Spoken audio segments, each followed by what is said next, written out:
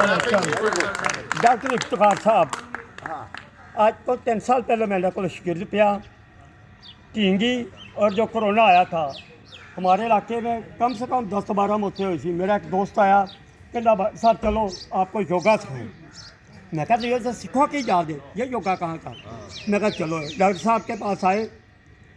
हम पूर्णब साहब भी आवाज़ार थे। डॉक्टर इफ्तिखार की मेहरबानी से इसने 3 साल में इतना मजबूत कर दिया कि जो 25 साल का जो जवान है आवे, मोहम्मद रफीक भट्ट और फाकी भट्ट नाम है मेरा। डॉक्टर इफ्तिखार की मेहरबानी से इसने इतना फिट किया है। मैं अभी आपको 1-2 चीज़ें दिखाता हूँ।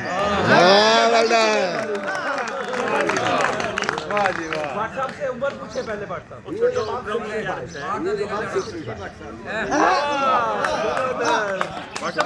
नंबर 1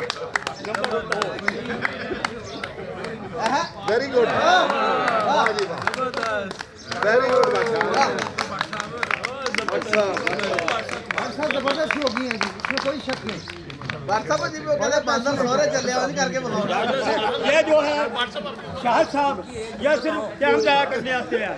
डॉक्टर साहब की मेहरबानी से इन्होंने 3 साल में मुझे इतना फिट किया है कि वो जो कहीं भी जाकर ये योगा जो है खुद करवा सकता हूँ। अल्लाह का फजल करम से, इनकी मेहरबानियों से।